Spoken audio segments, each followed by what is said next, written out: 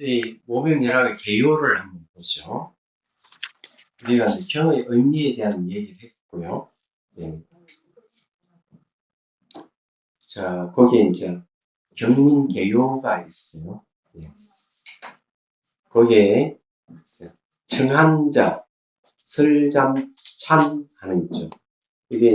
이건 누구냐 하면은 김시섭입니다. 김시섭. 김시섭이 이제 청한자 설잠이라고. 자, 거기에 이제 경문 요약에 대해서 한번 읽어볼게요.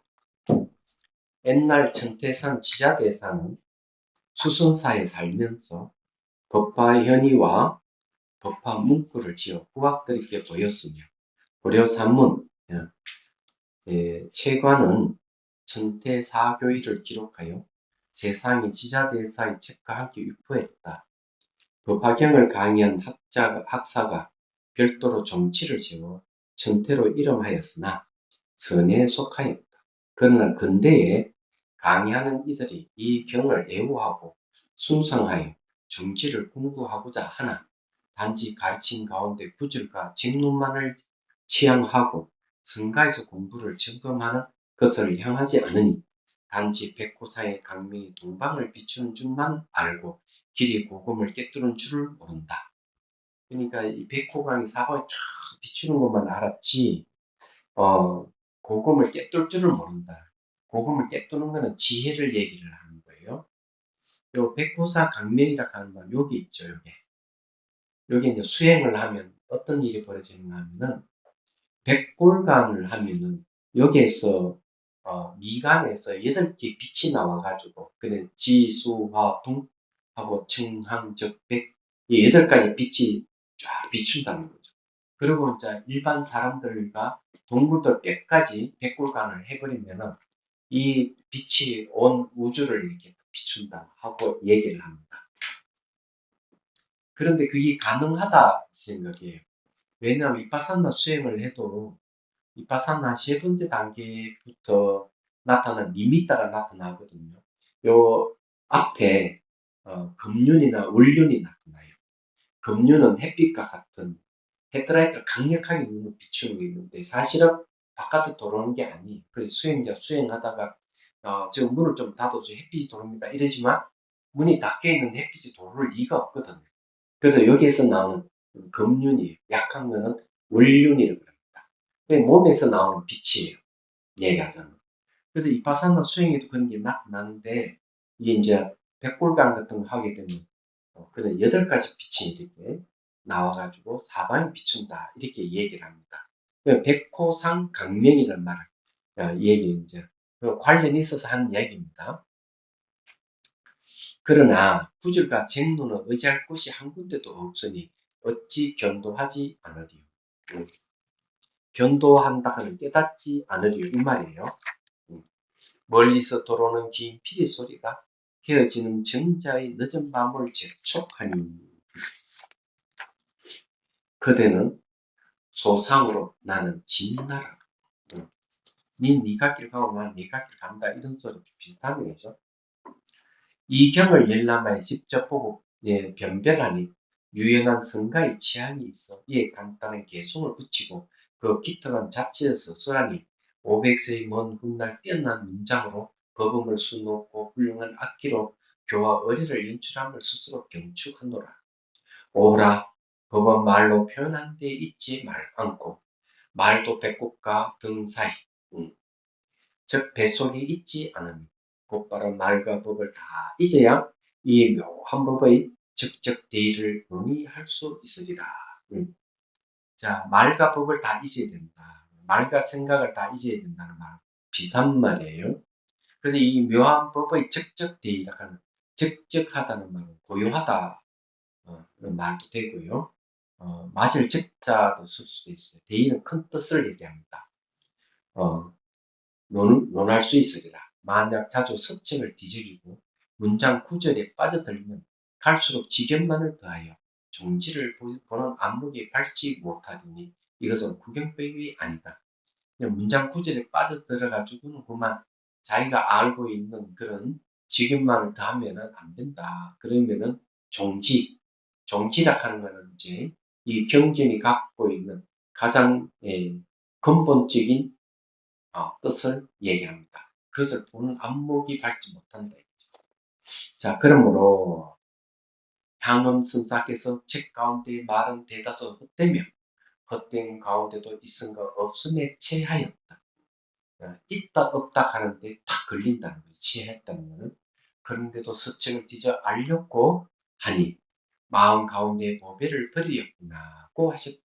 이러한 불조공화는 바로 할머니가 누른 잎사귀를 들고서 돈이라고 하면서 우는 아이를 달래는 것과 같다. 자, 이 누른 잎사귀를 들고서 애 보고 애기 돈이다. 이거 돈이다. 이렇게 하면은 애는 어때요? 돈인 줄 알고 울음을 그친다는 거죠. 그러면 누른 잎사귀 들고 돈이라고 달리는 건 방편이라는 뜻입니다. 그래서 불조공안은 다 방편이다. 불조공안의 부처님과 조사의 공안. 공안이란 말은 뭔가 하면은 공문서 같은 거죠. 강공서의 공문서 같아가지고 누구에게나 그거는 다 통용되는 걸 공안이란 말을 써요. 여기에서 이제 뜻은 뭔가 하면은 모든 존재의 궁극적인 뜻, 이 존재의 궁극의 뜻은 누구에게나 다 해당되는 것이다. 이런 뜻이에요. 자, 언어 표현이 돈은 아니다. 그러나 저 보배가 비로자나불의 상자 가운데에 있으니 쓰는 데는 분이 있으나 취하려고 하면 옳지 않다. 마치 표주박을 가지고 노는 것과 같으며 밝은 구슬을 가지고 노는 것 같아서 곧바로 자세히 살펴 조사할 수는 없으나 한결같이 이어같이 한다면 험난한 요시 길은 끊기고 보이는 곳마다 수묵이 우거져 한치도 엿볼 수 없어도 산성이 간략히 한 말을 건네리. 자, 이 표주박 같다 하는 표주박은 자유자재를 표주박인 거예요. 그러니까 자유자재를 필요를 가지고 노는 것 같다고 하면은 그런 거죠. 여기서 뭘 얘기하는가 하면은 이걸 취하려고 하는 거는 옳지 않다. 근데 이걸 소유하려는 건 옳지 않다. 그렇게 얘기를 이제 하거든. 그래서 이제 표주박을 가지고 노는 것 같으면 하는 거는 자유자재를 얘기를 합니다. 이게 밝은 구슬을 노는 것 같다 하는 밝은 구슬은 뭔가 하면은 지혜를 얘기합니다. 그래서 이제 해탈, 자유자재하는 해탈과 밝은 구슬 같은 지혜. 예. 그래서 이제 이런 것이 이제 있기 때문에 이런 걸 이제 살펴조사할 수는 없다 그랬어요. 예. 그런 거 지혜와 같고 해탈을 갖고 자세히 살펴조사할 수는 없다. 그렇지만은 한결같이 이해같이 말을 한다면은 도저히 그걸 알 수가 없다 이거죠. 왜 이런 얘기를 하는가 하면은 말과 생각이 끄달리면은 아무리 추구해도 모른다 이런 얘기. 자, 그 이유를 설명해 드릴게요. 수행을 하는 사람은 말과 생각을 딱 끝날 때 비로소 지혜가 생깁니다. 이파사나는 16단계가 있는데 16단계 첫 번째 지혜가 뭐냐면은 정신현상과 물질현상을 구분하는 게 첫 번째 지혜고 두 번째 지혜가 조건에서 일어났다가 조건이 사라지는 것을 구분하는 것이 두 번째 지혜예요. 근데 이건 어떤 의미가 있느냐 하면은 정신현상과 물질현상을 구분하는 단계에 갔을 때 말과 생각을 떠나버린 거예요. 이게 중요해요. 그래서 수행을 하면 제일 처음에는 딱딱하면 딱딱하다, 부드러우면 부드럽다 이렇게 알기만 해요. 통증 통증이다, 밀고 당긴다, 차가우면 차갑다, 뜨거우면 뜨겁다 이렇게 알아차려요. 그러다가 이제 알아차린 힘이 좋아져 가지고 마음이 눈이 생기면 심만 열리면 이제 공통성을 알게 돼요. 딱딱한 거, 부드러운 거, 거친 거, 밀고 당기고 하는 거, 통증 이런 다양한 것을 공통적인 것을 알아요. 그 공통점이 뭔가 하면 생기고 사라지는 걸 아는 거죠. 그런 면에서 뭐를 이제 딱딱하다, 부드럽다, 밀고 당긴다, 뭐 차갑다, 따뜻하다 하는 이런 개념에서 벗어나, 그 언어를 벗어나는 거죠. 말과 생각을 벗어나서 생기고 사라짐으로 관찰이 가능합니다. 그러다가 생기는 것도 생기는 순간순간 자치고 사라지는 순간순간 자치가 없음을 봐버리면 생긴다, 사라진다 하는 개념도 벗어나. 이런 개념은 언어와 결합될 수 있고 생각과 결합될 수 있는 것이기 때문에 이 생기고 사라짐도 자치 없음을 봐버리면 그런 말과 생각을 떠나게 되는 거예요. 이렇게 말과 생각을 듣는 떠날 때 이제 진실을 보는 거죠. 아, 자치가 없구나, 실체가 없구나. 그게 이제 공성인 줄 알게 되는 거지. 몸을 체득하게 되는 거지. 머리로 아는 게 아니고. 그리고 생기고 사라지는 것은 내 뜻도 될 수 없다. 생긴 걸 사라지게 하거나 사라지는 걸 생기게 하거나 이건 안 돼요. 안 되는 줄 알면 무아를 체험하게 돼. 아, 주제하는 자아가 없구나. 이렇게 이제 알게 된다 이거죠. 자, 여기서 얘기하는 게 이제 그런 얘기예요. 그래, 한결같이 이어같이 한다면, 말과 생각을 떠난다면 말이죠. 흠나는 요식, 길은 끊기고, 그런 곳마다 수묵이 의죠. 한지 엿볼 수 없어도 산성이 갈래기 한 말을 건네리. 어떻게? 멀리 흰 구름을 향하여 웃으면서 원숭이 노는 것을 가리키나 뒷날 잊기 아는 산봉우리에서 손뼉치며 미소로서 응하게 되리라. 이 개송이 이제 바로 그런 얘기예요. 긴 구름을 향해서 막 웃거나 원숭이 노는 것을 막 가리키고 이렇게 하거든요.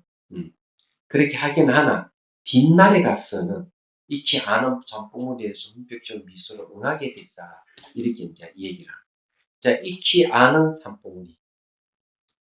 내가 알고 있었던 대상에 대해서 손뼉치고 미소로서 응하게 된다. 이 말은 뭐겠어요? 손뼉을 치거나 미소를 짓는 건 말을 표현하거나 생각하는 게 아니잖아요. 체험을 이런 식으로 표현하는 거예요. 자, 그래서 요거는 이제 선물로 여기까지 하고 다음 시간에 또 한 페이지씩 공부를 합시다. 네. 그러면 이제 재밌을 거라고 보고요. 자, 다시 이제 이 농업 연화경을 보겠습니다. 우리는 한 번에 두 가지를 공부를 해요. 자, 112페이지 비유품이에요. 자, 위에 112페이지 제일 우부터 첫 번째부터 읽겠습니다. 그 사람은 생각했다. 아이들이 너무 걱정이다. 만일 나에게 아이들이 없다면 모든 것이 무슨 소용이라. 그러니 아이들이 불에 타 죽었어야 되겠는. 안 되겠다. 꼭 그런 아이들을 구해낼 방법을 생각했다. 이 방법이 방편이에요. 아이들은 장난감을 갖고 싶어하는데 이곳에는 놀잇감이나 즐거움은 하나도 없다. 아이들의 마음은 이처럼 어리석다. 그런 아이들에게 말했다. 얘들아, 사슴과 양 그리고 훌륭한 소가 메인 탈 것이 여럿이 있다. 이 수레들은 높고 크면 장식되어 있다. 이 탈 것들이 집 밖에 있으니 어서 나오너라. 요즘 말하면 티코라든지 소나타라든지 제니스를 주겠다 이렇게 한 거예요. 그러니까 애들한테 유혹을 하는 거죠. 예. 자, 이것들을 마음대로 가져라. 너희들을 위해 내가 만들게 한 것이니 모두 기뻐하며 함께 빨리 나오너라. 자, 그런 탈 것이 밖에 있다는 말을 듣고 아이들은 앞다투듯 뛰쳐나왔다. 고난으로부터 벗어나 아무것도 없는 공터에 섰다. 자, 뛰쳐나왔죠. 자, 요게 이제 앞다투 뛰쳐나왔는데 뛰쳐나와 보니까 공터에 아무것도 없어요. 공터에 섰어요. 자, 이거는 이제 방편입니다. 자동차를 한 대씩 주겠다 하니까 애들 좋아서 뛰쳐나왔는데 어디서 뛰쳐나왔냐면 탐진치락하는 불 속에서 뛰쳐나와. 그리고 고택은 뭐냐면은 욕계식기 무색계락하는 세계예요. 욕심의 세계, 오용락이 없는 청정한 세계, 그 다음 물질도 없는 세계. 이런 세계에서 싹 끝이 나오는 거예요. 그러니 그 세계에 막 탐진치 불이 타고 있는데 말 한마디로 방편을 써서 싹 벗어나게 하는 거죠. 이 방편을 어디에 비유되는가 하면은 방편은 아버지에 비유돼요. 지혜는 어머니에 비유돼요. 방편을 통해서 뛰쳐나와서 이제 이 탈 것을 타고 어디로 가느냐? 예, 부처가 있는 곳으로 자 타고 가는 거죠. 티커를 타고 가고 소나타를 타고 가고 제니시스를 타고 가는 거죠. 타고 가면서 뭘 배우느냐 하면 운전하는 것도 배워야 되잖아요. 지혜를 배우는 겁니다. 지혜가 부처를 낳게 하는. 그래서 지혜가 부처를 낳게 하니까 지혜를 어머니를 부르고 방편은 어머니를 도와주는 아버지에 비유하는 거예요. 그래서 제가 전문 시간도 얘기했지만은 10달 태자의 어머니는 마야 부인이고 부처님의 어머니는 반야바람이다 하는 얘기가 그래서 하는 거예요. 자, 그 다음 어떻게 얘기하는지 봅시다. 그 사람은 아이들이 탈출한 것을 보고 마을 가운데 있는 네 그루로 갔어. 훌륭한 자리에 앉아 사람들에게 말했다. 여러분, 나는 겨우 안심하였다. 마침내 구출한 20여 명의 어린 아들들은 내 사랑하는 친아들이다. 많은 생물들로 가득해서 아주 무섭고 살기 어려운 집 속에서 이 아이들이 있었다. 이 집이 수천이 불길이 사여 타오르고 있을 때 그 속에서 아이들은 즐겁게 놀고 있었다. 난 아이들을 모두 구해냈기 때문에 지금 안심할 수 있다. 부친이 안심하자 아이들은 곁으로 가서 이렇게 말했다. 아버지께서 말씀하신 대로 세 가지 재미있는 탈 것을 주세요. 요즘은 자동차 주세요 이 말이죠. 집안에서 저희들에게 세 가지 탈 것을 주시겠다고 한 말씀이 거짓이 아니라면 그것을 지금 주세요. 그 사람에게는 금, 은, 보석, 진주는 물론이고 또 적지 않은 금화와 하인이 있었지만 그는 한 가지 탈 것을 아이들에게 주었다. 각각 이 세 가지인데 세 가지를 준 게 아니고 한 가지를 줬어요. 그것은 보석으로 된 훌륭한 소수레로 손잡이에 붙어 있고 방울이 달렸으며 일선과 깃발로 장식되고 진주와 보석의 건물로 덮이고 황금꽃으로 만들어진 화환이 여기저기 달려있고 우아한 의장이 덮였으며 희고 질 좋은 천이 깔려있다. 또 그 수레에는 부드러운 비단이 깔리고 갑이 수천만 만억이나 되는 한사 모양의 거담박하 천도 깔려있다. 크고 힘세며 아름다운 흰 소가 이 보물과 같은 수레에 매여 있으며 소를 돌보러 많은 사람들이 딸려있다.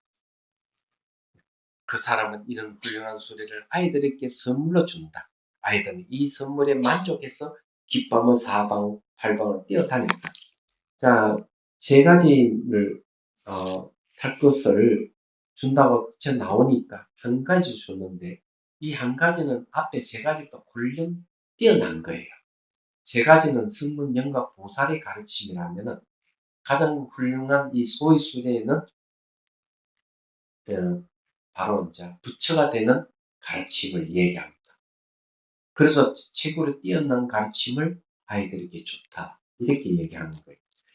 우리는 이 탈 것이라고 하는 것은 자동차와 같은 것인데 부처님 가르침을 타고 그래 승문의 가르침을 타고 가면 승문이 되는 거고 영각의 가르침을 타고 가면은 영각이 되는 거고 보살의 가르침을 타고 가면 보살이 되는 거고 부처가 되는 가르침을 타고 가면 부처가 되는 거예요. 그렇게 이 20여 명에 되는 아이들에게 준 것은 부처가 될 수 있는 가르침을 준 거예요. 그러니까 이 아버지는 훌륭하다고 그러죠. 자, 사리불이요. 이와 마찬가지로 위대한 승인인 나는 중생들의 보호자이며 아버지이며 모든 중생은 나의 아들이다. 그러나 어리석게도 그들은 삼계 속에서 애욕에 집착하고 있다. 삼계는 욕계, 색계, 무색계입니다. 다른 말로 하면 욕계, 색계, 무색계는 육도를 얘기하는데 지옥, 아기, 축생, 아수라, 인간, 천사 육도를 얘기하거든요. 그러면 지하는 지옥입니다. 지상은 축생과 그게 그 다음에 그게 있죠. 아기가 있죠. 그 다음에 이제 지상에 사는 아수라도 있어요. 그 다음에 이제 요거는 지상에 사는 거고, 그 다음에 천상에 사는 건 뭔가? 바로, 천상의 신들이나 천인들을 얘기하죠. 그는 지화와 지상과 천상, 이 셋으로 나누기도 합니다. 이 3개라고 얘기를 하는 거예요. 근데 이 3개라고 하는 거는 천국이 20개나 18개의 천국이 있지만은 이 천국도 알고 보면 3개 속에 속한다. 3개 속에 속하기 때문에 영원하지 않다. 이래 보는 거예요. 그래서 3개 속에서 애욕에 집착하고 있다. 3개는 마치 불타는 그 집과 같았어. 무서우며 수백 가지 괴로움으로 가득 차 있다. 그곳은 언제나 생로병사라는 수백 가지 많은 불로 타고 있다. 탐진치가 아니고 생로병사라고 했네요. 자, 제가 탐진치라 불이라고 한 것은 초기 경전에 보면은 가사파 삼명제를 상두산에다 앉혀놓고 부처님이 법문을 쓰는 내용이 바로 탐진치라는 걸 얘기를 해요. 탐진치라 하는 불이 사방에 불이 타고 있다. 이래 법문이에요. 그때 대중만 해도 거의 1200대중이나 됩니다. 그래서 그것이 이제 상계가 불타고 있다는 가르침이 조경계는 나옵니다. 여기는 이제 정로병사라고 했네요. 또 나는 상계로부터 해탈하여 정적의 경지에 있으며 숲속에서 홀로 산다. 해탈이라 하는 대자유를 얘기합니다. 그런 상계는 내가 소유하는 집이며 그곳이 불타고 있는 자들은 바로 내 아들들이다. 나야말로 그들의 의지체이다.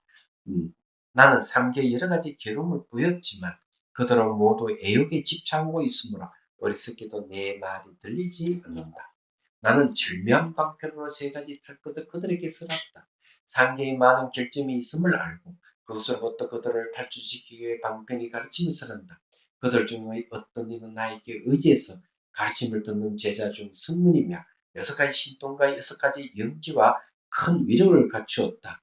또 어떤 이는 독각이며 어떤 이는 물러서지 않는 보살이다. 독각은 이제 승문은 뭔가 소리 성자 들은 문자이기 때문에 스승의 가르침을 듣고 깨달음을 얻는 이가 승문이에요.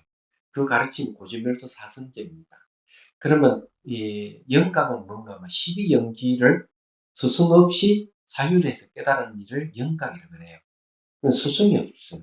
스승 없이 깨달은 건 대단한 것이죠.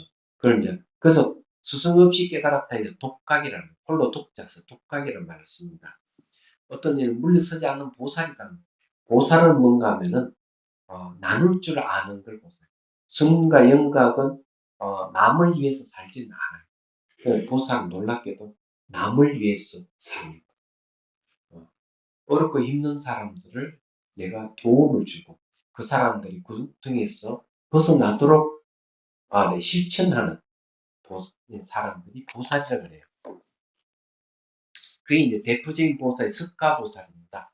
부처님 전생 이야기죠. 석가보살이 수많은 중생 구제하는 게 바로 그걸 얘기하는 거죠. 사리불에 나는 그때 아들 모두에게 뛰어난 비유로서 오직 하나님 부처님의 탈 것을 쓰란다. 그것을 받아치니면 그대들 모두 깨달은 자가 될 것이다. 부처님 탈 것을 하나씩 줬어요. 제가 탈 것을 안 주고요. 자, 여기서 비유라는 말은 무슨 말을 쓰는가 하면은 부처님은 지혜로운 자는 항상 비유를 써서 상대를 일깨운다. 이렇게. 그러니까 비유를 잘 쓰는 사람이 지혜로운 사람. 그래서 비유란 말을 쓰는 거예요.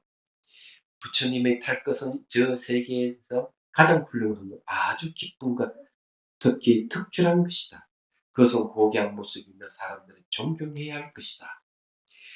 그곳에는 수많은 힘과 선정과 해탈이 있으며 수천만억의 많은 선배가 있다. 부처님 탈 것은 이처럼 가장 뛰어난 것이며 그것을 타고 부처님 제자의 보살은 언제나 즐거워한다. 여기에 수천만억의 많은 선배가 있다 했어요. 삼매는 다 똑같은 마음의 고요함인데 왜 수천만억의 많은 삼매라고 했느냐? 삼매에 들은 것이 수천만억이나 되기 때문에 그래요. 네. 그리고 이제 산매에 들더라도 능수능란하게 산매에 드는 네가 깨달을 수 있는 조건 중에 하나예요. 능수능란. 자, 능수능란하다는 말은 무슨 말이냐 하면, 내가 이렇게 강의하다가 내가 한 30분 내 산매에 들었다 나와야 되겠다만, 강의하는 중에도 바로 산매에 들어가지고 30분 후에 다시 깨어나는 거. 네. 그러니까 내가 원하는 대로 산매에 들었다가 나올 수 있으면 상당히 자유자재하는 것이죠. 그리고 이제 아주 신속하게 산매에 들었다 나오는 일을 사자 빈신 산매라고 합니다. 초선, 2선, 3선, 4선, 5선, 6선, 7선, 8선까지 올라갔다가 밀진쟁이 들어가가지고 밀진쟁에서 다시 또 내려오는 거죠. 올라갔다 내려왔다는 자유자재하면은 사자의 빈신산매라고 하죠. 빈신은 빠르다는 거예요. 사자가 몸의 움직임이 빠르거든요. 그 사자의 움직임을 비유해서 사자 빈신산매를 말했습니다.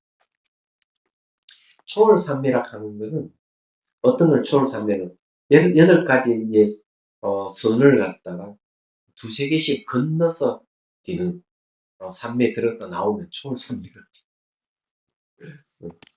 산매도 그렇다는 걸 여러분 아셔야 돼요.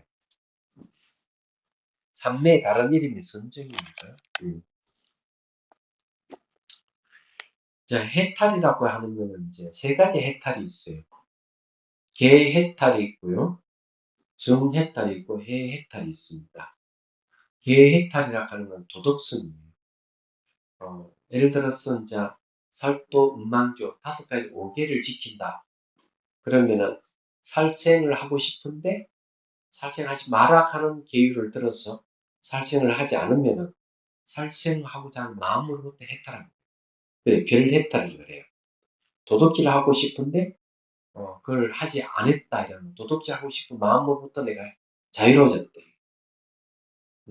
술 마시고 싶은데 술을 안 마셨다 이러면은 술 마시는 것으로부터 해탈합니다. 그래서 내가 하나 지키면 하나 해탈이, 2개 지키면 2개 해탈이. 이걸 계해탈이라고 합니다. 정해탈은 심해탈을 얘기합니다. 마음의 청정성. 해해탈은 지혜를 통해서 번뇌로 속박에서 벗어나는 걸 이제 해해탈이라고 그래요. 자, 그 다음에 이제 그들은 이것을 타고 즐거이 놀면서, 타고 즐거이 놀았다 하는 건 뭘 얘기하는가 하면은 자유를 얻었다 이런 말이에요. 몇 날, 몇 밤, 몇 달, 몇 개월을 보내며 또 몇 년, 몇 중거, 몇 수천만원 급을 보낸다.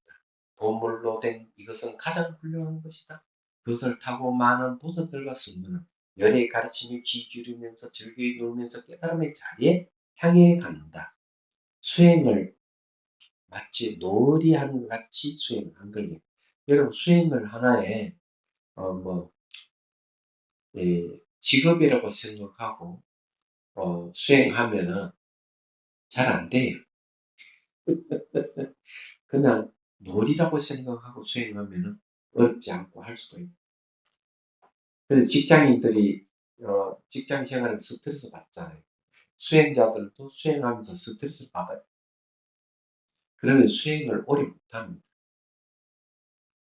그래서 수행을 할 때는 항상 왕급, 왕급을 잘 조절해서 수행.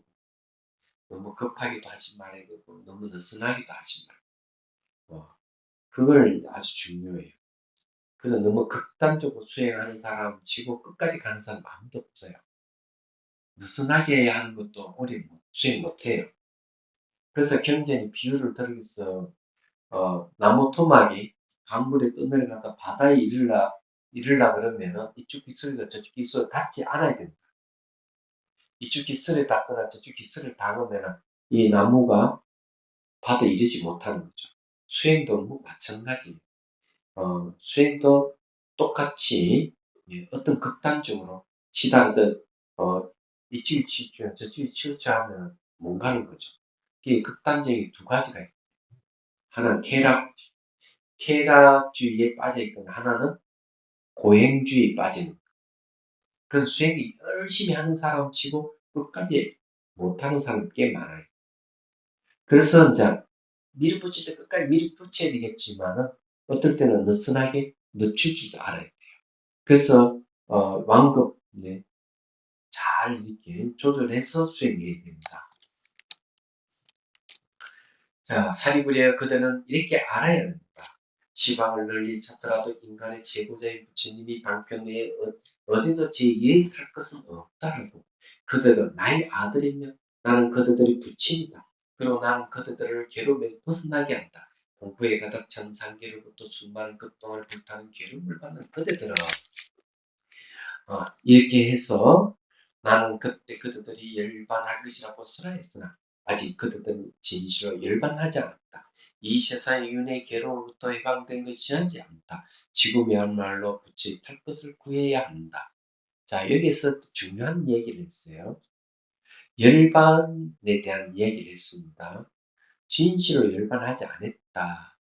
이 세상 윤회 괴로움부터 해방된 것이 지나지 않는다. 그래 지금이야 부처님 탈 것을 구해야 한다. 자, 이 무슨 말이냐면 열반도 성문 영가의 열반은 그 부처님 열반이 아니에요. 성문 영가의 열반은 뭔가 하면은 열반에 들어서 다시는 이 세상에 오지 않는 열반을 얘기합니다. 번뇌망상 다 소멸해가지고 딱 열반이 들면은 다시 이 세상에 안 오는 거예요. 안 오기 때문에 이 세상 윤회의 괴로움부터 해방된 것이 지나지 않아요. 아오노니 이 세상에 아오니 윤회를 안 하니까 윤회를 해방됐다. 그렇지만 이건 다 궁극이 아니다. 중간, 예. 그래서 이제 진정한 열반은 두 가지에 머물지 않아야 된다. 첫 번째 생사에 머물지 않는 겁니다. 그 윤회에 머물지 않는 걸 얘기합니다. 그건 지혜에 의해 가지고 생사에 머물지 않아요. 두 번째 열반에 머물지 않아요. 그는 바로 연민에 의해서 머물지 않는다. 열반은 생로병사가 없어가지고 거기에 머물면 굉장히 안락하고 좋긴 좋아요. 그러면 중생들은 고통받고 있는 거죠. 고통받고 있는 중생들을 외면하는 고통. 그래서 이제 여러분들이 깨닫기 전에 소원을 세워야 돼요. 내가 깨달아서 중생을 돕겠다 하고 소원을 세워야 돼요. 그리고 이제 수행 외에는 일상생활에서 도움을 주는 생활을 하는 거죠. 그러면 이분은 열반에 머물지 않아요. 성문과 영광면처 열반에 머물지 않고 성문 영광의 열반에 머무는데 이렇게 내가 깨달아서 중생을 구제하겠다고 소원을 세우니는 열반에 안 머무는 거죠. 중생을 구제하고자 연민심 때문에. 이것을 이제 해심일경에는 이렇게 비유를 해요. 낮에 열심히 활동한 사람은 깊은 잠에 빠졌다가 새벽에 다시 의식이 깨어난다. 왜? 낮에 활동한 힘 때문에. 마찬가지로 보리심을 일으키는 보리심 때문에 열반에서 의식이 다시 깨어난다. 이렇게 보리심은 뭐 내가 중생을 내가 깨달아서 중생을 돕겠다는 보리심이 그거는 이제 영민심. 그렇잖아요. 생이 다시 태어나지 않는 거하고 다시 태어나는 거하고 다른 거죠. 다시 태어나서 내 중생을 돕는다.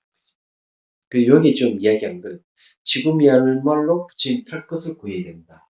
부처님 탈 것, 부처님 일불성이죠. 그럼 그것은 어떤 것이냐? 그것을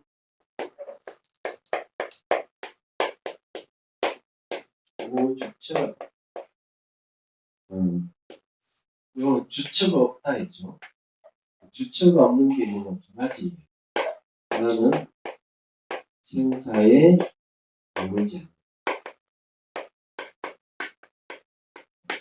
않고 지혜에 의해 머물지 않고 그 다음에 열반에 머물지 않고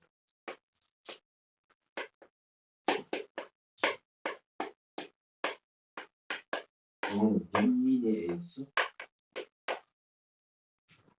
그리고 이제 열반. 내가 생사에도 머물지 않고 열반에도 머물지 않은 중생을 보아.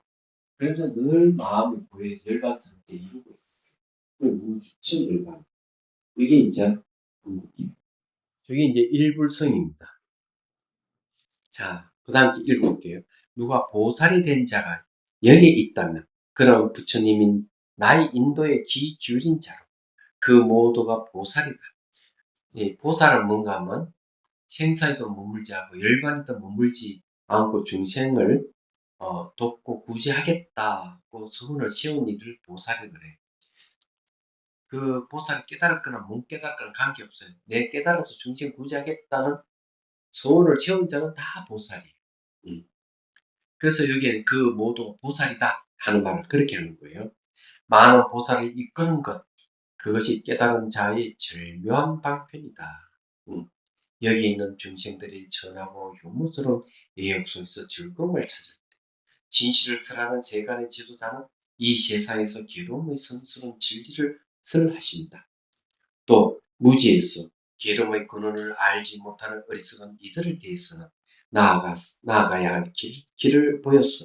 애욕이 일어날 때 괴로움이 생긴다고 설하신다. 자, 앞에 이 세상의 괴로움의 성스러운 진리를 설하신다 하는 고제입니다. 괴로움에 대한 진리요. 그 다음에 이제 두 번째는 애욕이 일어날 때 괴로움이 생긴다고 설하는 것이죠. 그건 집재입니다. 집재는 고통의 원인이라는 뜻입니다. 언제나 어떤 것에 집착하지 말고 애욕을 버리라. 이것이 내가 설한 제3의 소멸의 진리다. 멸성제죠. 애욕이 소멸했다는 거예요. 잘못 없이 해탈을 이끄는 길을 수행하기 때문에 사람은 해탈자가 됩니다. 사리부려 그 경우 그들은 무엇 때문에 무엇으로부터 해탈하였는가? 진실하지 않는 것에 대한 집착으로부터 해탈하였다. 따라 그들은 모든 의미에서 완전히 해탈한 것이 아니며 그들께 아직 참된 열반을 얻지 못하였다고 예를 말씀하신다. 고지멸도 사성제는 성문 영가의 이제 가르침 속에 있는 것이죠. 고지멸도 사성제를 확장하면 12연기가 돼요. 처음 듣는 이야기죠. 얘기를 해드리죠. 고, 지, 멸.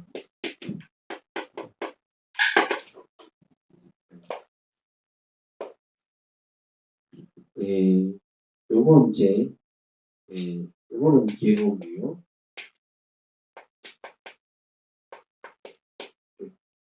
이것은 괴로움을 해결이다. 여기 부처님 가르침은 이건 괴로움 해결이다. 나누면은 고지멸도예요. 요거는 이제 괴로움이고, 괴로움의 원인. 요거는 이제 괴로움의 소멸이고, 괴로움의 소멸 방법. 이렇게 되어 있는데, 이것이 뭐냐면, 괴로움이라 하는 건 결과죠. 괴로움 원인이라 하는 거는 원인이죠. 그래서 과인이라는 거. 괴로움의 소멸은 결과이죠. 그다음 괴로움 소멸하는 방법은 원인이에요. 이것도 한서 이렇게 되죠. 그래서 이 두 가지를 이제 이지인가. 이지인가를 다시 나누면은 무명, 행, 지, 이것은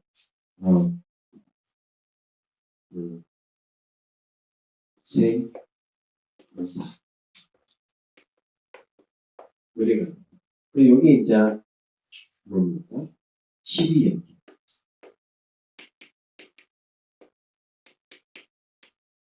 쉽게 말해가지고 예지인가를 확장시키면 12연기. 그래서 이 12연기를 자유해서 깨달음 얻는 이가 이제 영각이, 또는 독각이, 고인물 또 사성제를 그걸 이제 수행하는 거는 이제 성문이라고 합니다. 소위 성자 그런 거죠. 그래서 성문 영각이에요. 그 다음에 이제 보살이 있고, 이 무주체 열반은 뭔가 하면은 요 열반을 공부를 안 하고 요 열반을 그 중간 기착지, 중간 기착지, 이 무주체 열반을 궁극적인 기착지. 여기에 이제 일불성입니다.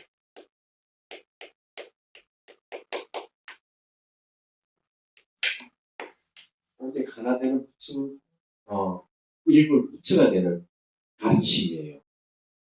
그러면 이 길을 가는 이 국각적인 기착지를 향해 가는 이가 보살이에요. 그 가는 게 이제 보살이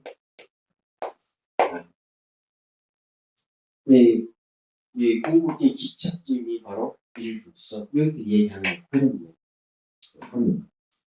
아직 참된 열반을 얻지 못하였다고 예를 말씀하죠. 참된 열반을 얻지 못한 건 뭔가 하면 고지멸도제, 멸성제, 중간 기착지를 얘기하는 거예요. 가장 뛰어난 대성의 깨달음을 아직 얻지 못하였으면 해탈한 것이 아니다 하는 것은 무슨 까닭인가? 나는 모든 사람들을 안락하게 하기 위하여 법왕으로서 이 세상에 태어났다. 그것이 나의 바람이다. 사리부려 오늘 내가 최후로 설한 것이 나의 가르침의 근본이다. 최후의 설한 것이 뭡니까? 그 법화경의 가르침이에요. 천신들을 포함한 이 세간의 행복을 위해 그대는 그 가르침을 사방으로 설하여라. 그때 그대가 설할 때 어떤 사람이 나는 이 가르침을 기꺼이 따르겠다 하거나 이 경지를 머리 인다면 그야말로 불태전의 사람이라고 생각해도 좋다. 이것을 이렇게 이 경지를 머리 티베트 스님들은 경전을 머리 대고 이런 최고의 어떤 찬사를 보면서 머리 된다. 네. 이 경계를 믿는 사람은 과거시로부터 열애를 뵙고 공양한 사람입니다. 또 이전에 이같이 훌륭한 가르침을 들은 적이 있는 사람이다. 내가 설한 이 가르침을 믿는 사람은 나나 그들을 과거에 만난 적이 있으며 나의 모든 비구들 모든 보살들을 만난 적이 있는 사람이다. 여러분들은 자꾸 만난 적이 있습니다. 전생에. 그래서 이 자리에 있는 거예요. 혹시 이 법화경을 매기로 해서 만난 적이 있을 거라고. 이 경계는 어리석은 사람을 혼란시키기도 하지만 깊은 신통과 지혜 있는 사람들을 위한 쓰라는 것이다. 요즘 말하면은 사포한 사람들, 그러니까 실력이 있는 사람들 이런 그런 사람들을 위해서 이걸 쓰랬다. 그것은 성문들이 이해할 수 있는 것도 아니며 독각들이 이해할 수 있는 것도 아니다. 사리버려 그들은 이 경전을 굳게 믿는다. 다른 제자들 그러리라는 것은 말할 필요도 없다. 그들도 나를 믿음으로 이 경전 가까이 다가올 것이며 믿음 위에 각자에게 지혜가 있을 리 없다. 믿음이라는 게 있죠. 네. 믿음은 어디서 생길까요? 여러분 믿음은 추상적인 줄 아시고요. 사람 인별 말씀 은이잖아요. 그러니까 사람의 말을 믿는다는 언어를 믿는다 하는 뭐예요? 추상적인 거예요. 그래서 내가 뭘 믿는다 하는 거는 확인되지 않는 사실을 내가 믿는 거예요.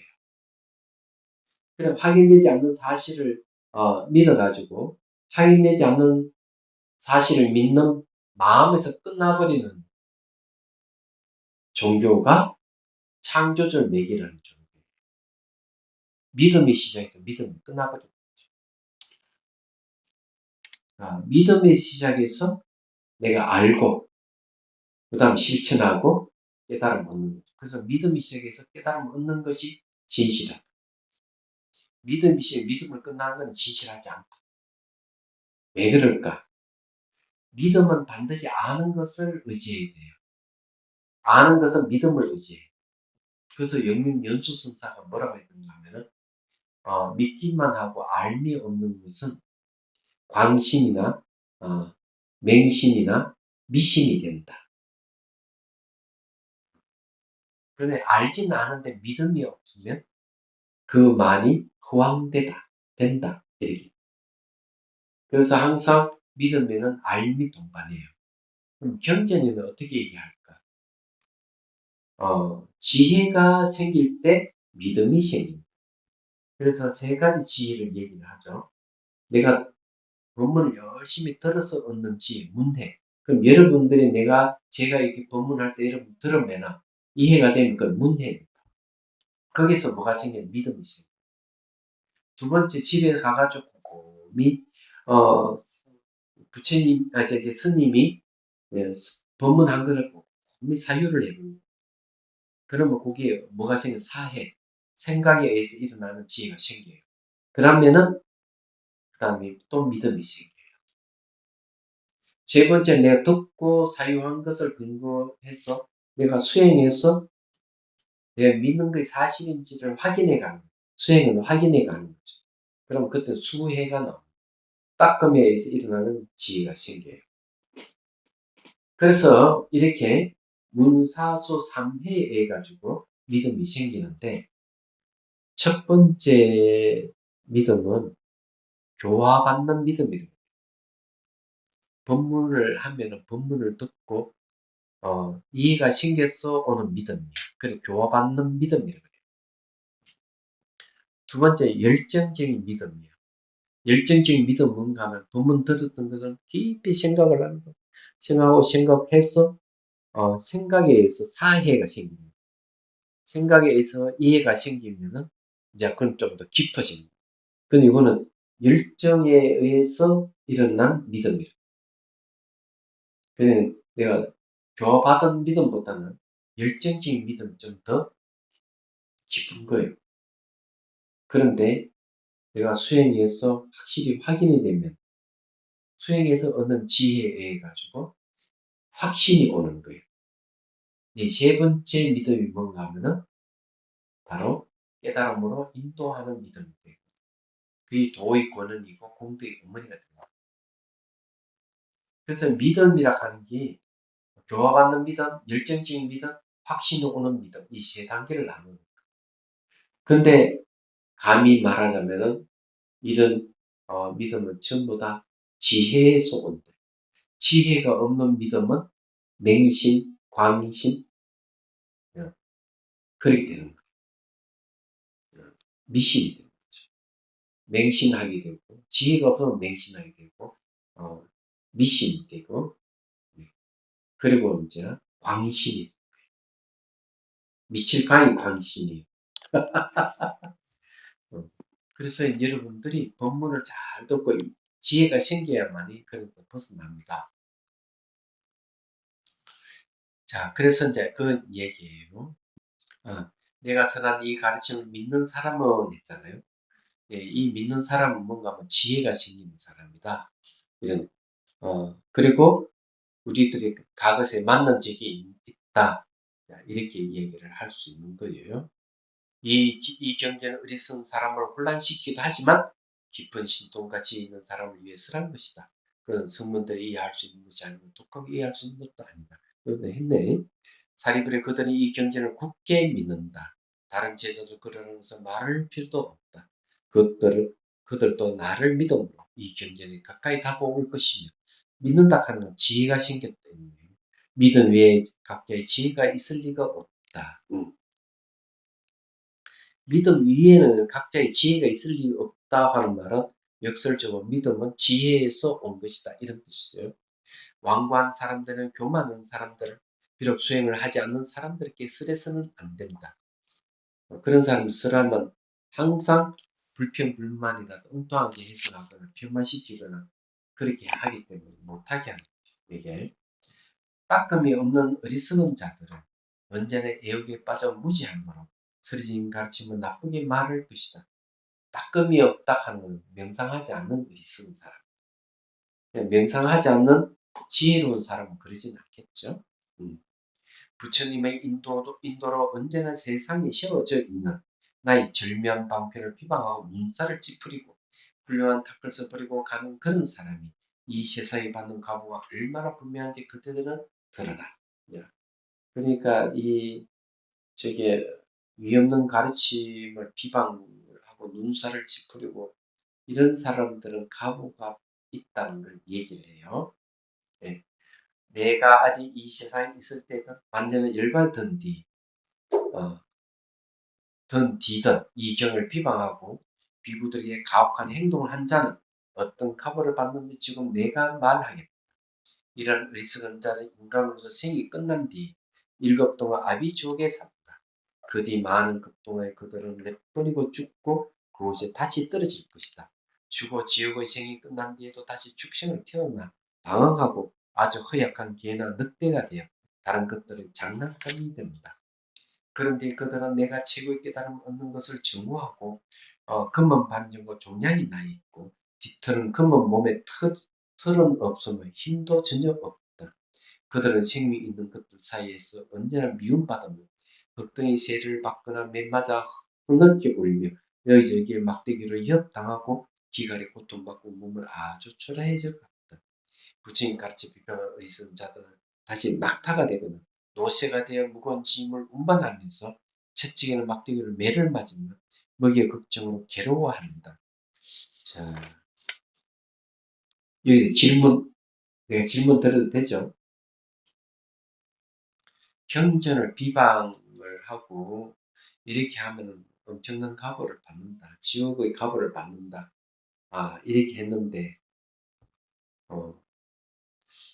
누가 그러면은 이 가보를 받게 합니까? 아는 분 계세요? 예?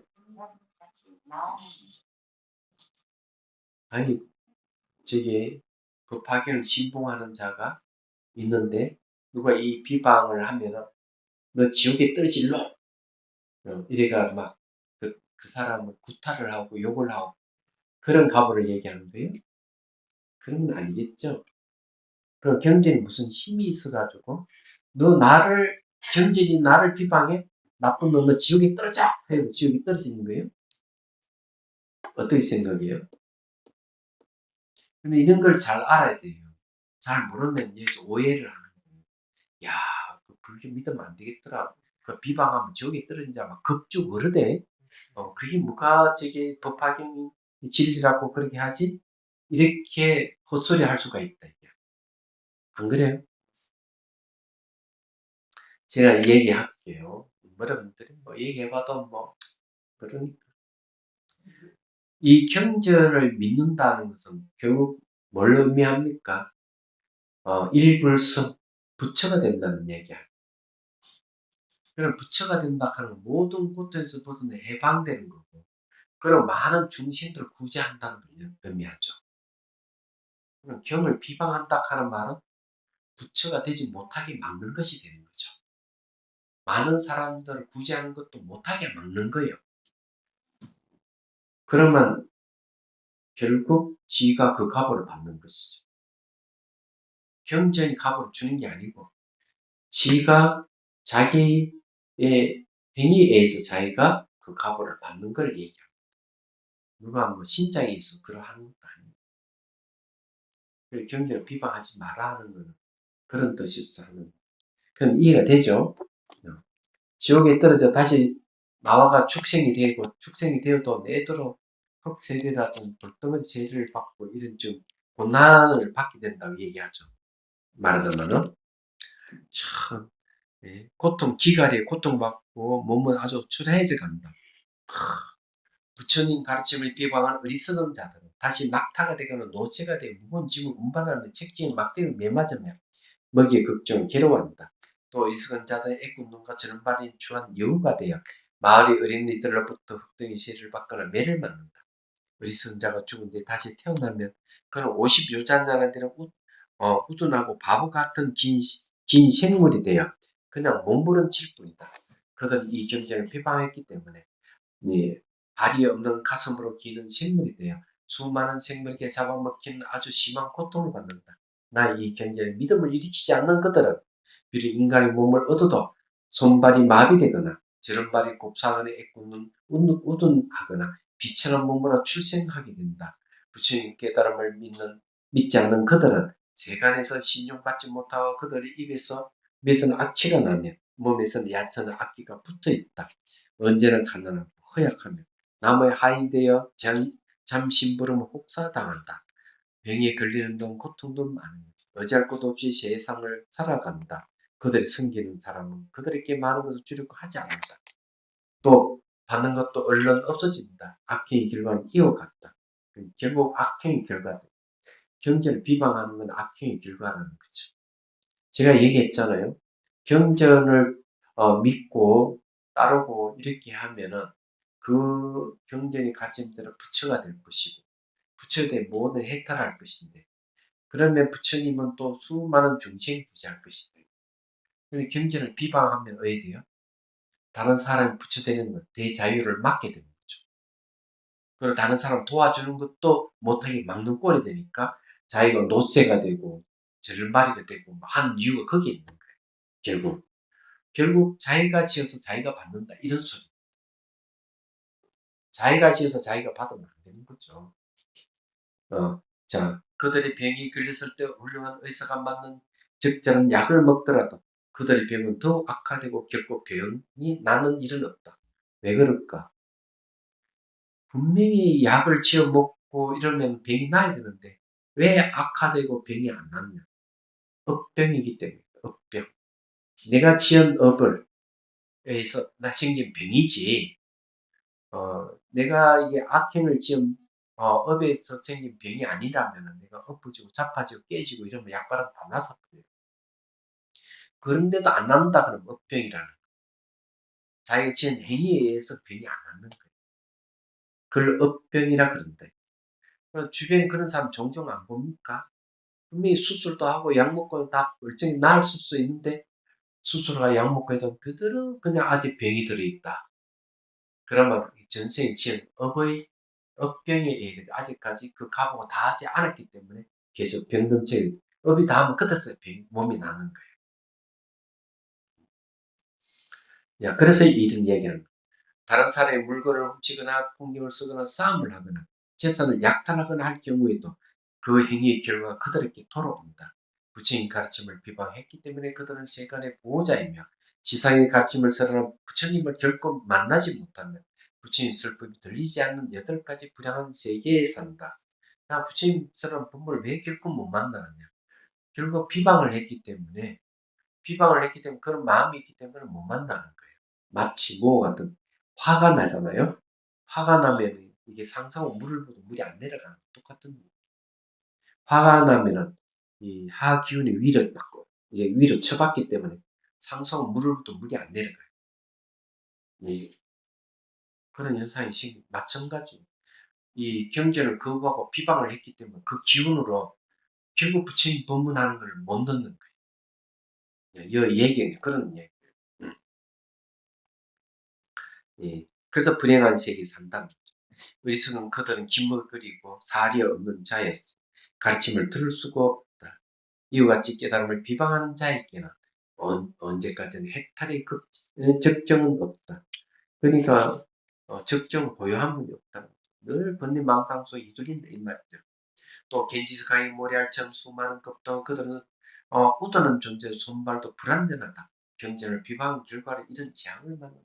그들에겐 유원지가 그대로 지옥이며 집은 악취의 세계와 같다. 거기 살고 있는 그들은 노체와 산때 이후 개가 언제나 따라다닌다. 비리 인간의 몸을 얻었다 하더라도 장님의 기묵이라 우둔한 자가 되어 너를 가난하면 남의 하인입니다. 그때 여러 가지 업보의 값으로서 장식된다. 근데 여러분도 알아야 되는 함부로 장님이 기묵거리 우두는 자가 하더라도 가난한 자가 된다 하더라도 절대로 전생에 업됨을 걷다 이렇게 하면 안 됩니다. 당신이 장님된 건 전생에 장님될 업을 지어서 그래. 당신 기머거리가 된 건 당연히 전생에 기머거리가 될 업을 지어서 기머거리가 됐어. 이렇게 얘기를 하면 안 됩니다. 그 이유가 뭔지 아세요?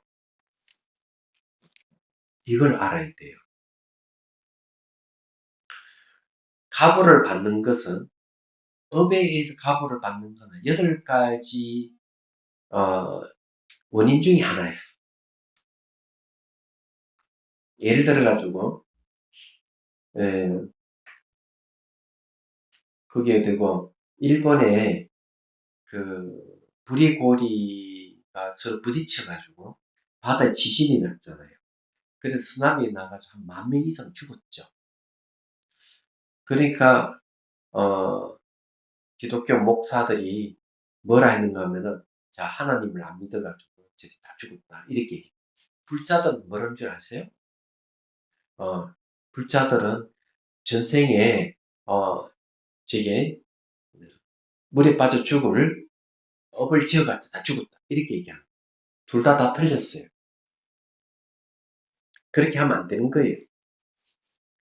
그걸 죽는 것은 불의 고리에 지진이 났어.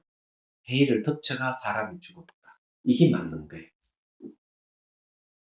업을 지어서 죽었다든지 하나님 안 믿어 죽었다든지 하는 이런 거는 전부 다 저게 신석기 시대 때, 구석기 시대 때 사고방식이야. 그래서 미린다 왕문경에도 그렇게 얘기했나. 이 자연현상에 의해 가지고 일어나는 현상을 과거 업에 빗대어가지고 그런 현상이 생겼다면 안 된다. 이렇게. 마치 돌을 하늘에 딱 던지면 돌이 다시 땅에 떨어지는 것 같다. 이렇게 얘기하는 거예요. 그건 자연현상일 뿐이다. 예를 들어가지고 길을 가다가 차가 뒤에 와가 탁 인도도와 박아가지고 사람 죽었다. 이러면 불자단 이렇게 얘기해요. 전생에 차에 찡기 죽을 업을 지어가지고 지금 죽었다. 이렇게 얘기하는 사람이 있다면 그건 잘못 알고 있는 거예요.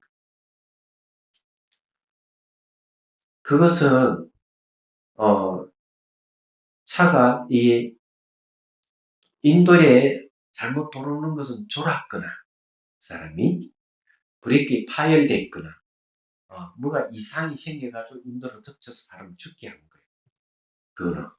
그것이 원인이 돼서 죽으면 결과가 온 거지. 죽는 사람 전생 업하고 아무 관계가 없을 수 있다. 그래 함부로 무조건 전생의 업을 갖다 대가지고 갑을 설명하면 안 된다.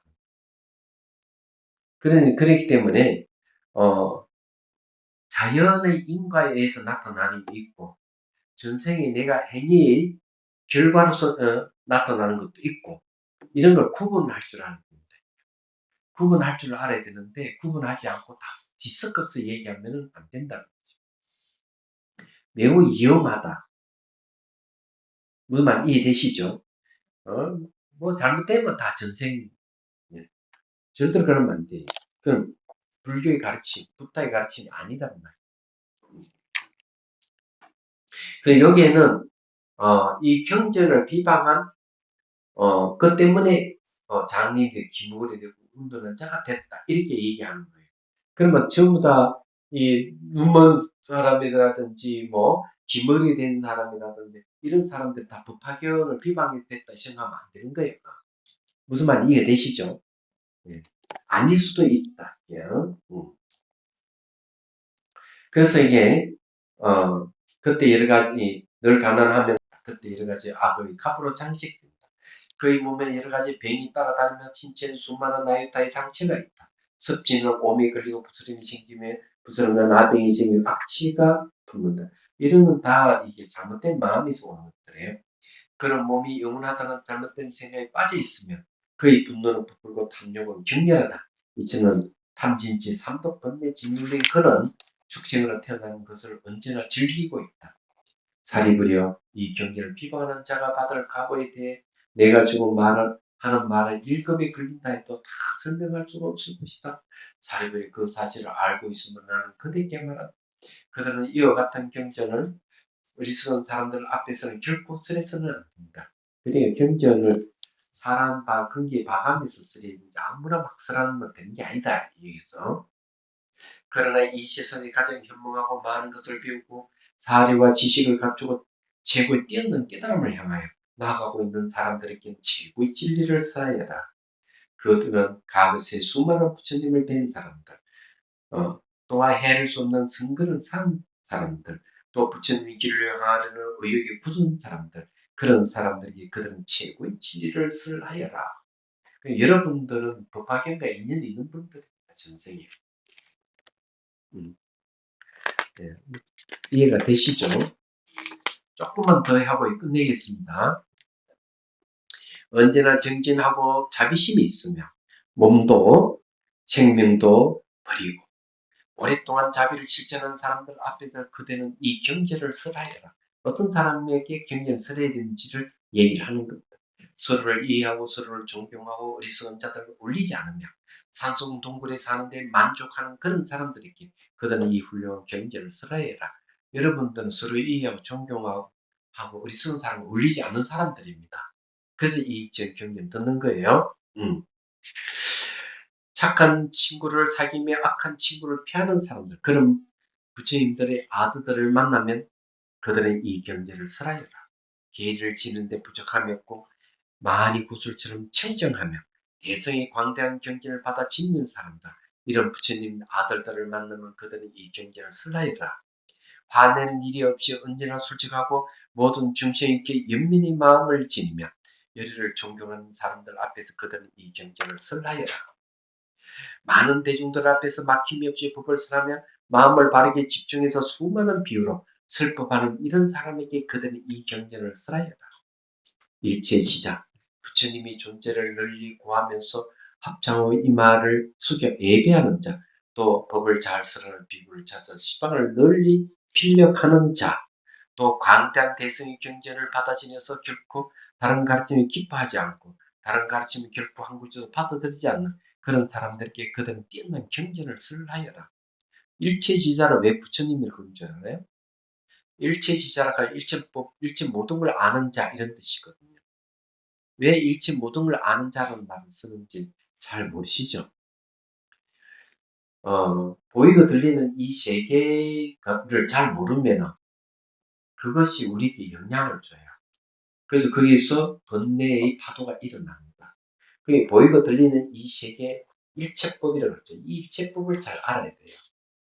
근데 일체법을 모르는 걸 문명이라고 그래요. 일체법을 분석해가지고 그것이 실체가 없는 공성인지 확실히 아는 것을 반야시라고 얘기합니다. 반야시가 아니죠. 반야바라밀이 될 때 이제 부타가 되는 거예요. 그래 부처님을 모든 걸 다 아는 자 일체지자라고 얘기를 하는 거예요. 일체법을 분석해서 모든 깨뚫어 알았기 때문에. 예. 그래서 이제 이런 얘기를 쓴다는 걸 이해를 하셔야 돼요. 어떤 사람이 열의 사리를 찾아 그것을 받아지는 것처럼 이 경전을 구하고 머리에 이면 받아지는 사람, 그런 사람은 다른 경전을 생각하지 않고 어리석은 자에게 어울리는 외도의 가르침이나 다른 논서에 대해서는 생각하는 일이 없다. 어리석은 자들을 피해 이런 사람에게 그들은 이 경전을 설하여라. 사리부려 이와 마찬가지로 최고의 훌륭한 깨달음을 향하여 나아가고 있는 수많은 사람들에게 나는 일급을 채울 정도로 설할 수가 있다. 그런 사람들 앞에서 그들은 이 경전을 설하는 것이 좋다. 자, 질문할 게 있으면 하십시오. 비유품을 다 쓰랬어요. 발견 어려운 게 하나도 없죠. 쉬워요. 근데 곱씹어 보면은 그 비유가 심한 뜻을 포함하고 있다는 걸 여러분 아셔야 돼요. 그래서 모든 경전의 미묘하고 아주 그 뜻이 깊은 것을 좀 다 쓰랬어요. 쓰고 난 다음에 이 발견을 쓰라는 거예요. 그렇기 때문에 전체 내용을 쉽게 쓰라는 그런 가르침이죠. 그렇지만은 뒷 배경에 어마무시한 게 있다 하는 걸 여러분 아셔야 돼요. 승문영과 보살의 가르침에 대해서는 미묘한 이런 가르침을 소속들이 얘기를 안 하잖아요. 그걸 전제로 한 가르침이다. 이렇게 보셔야 돼요. 자, 해양기 하겠습니다. 중신들을 구하려는 마음으로 깨달음의 준수를 이룰 때까지 부처님과 법과 성부에 항상 기해합니다. 지혜와 자비를 갖추고 유정을 위해 노력함으로써 부처님 앞에 묻겠습니다. 원만한 보심을 일깨우겠습니다. 공개가 있는 한 중생이 있는 한 저도 함께 따라 머물며 중생의 고통을 없애는 자로 남겠습니다. 수고하셨습니다.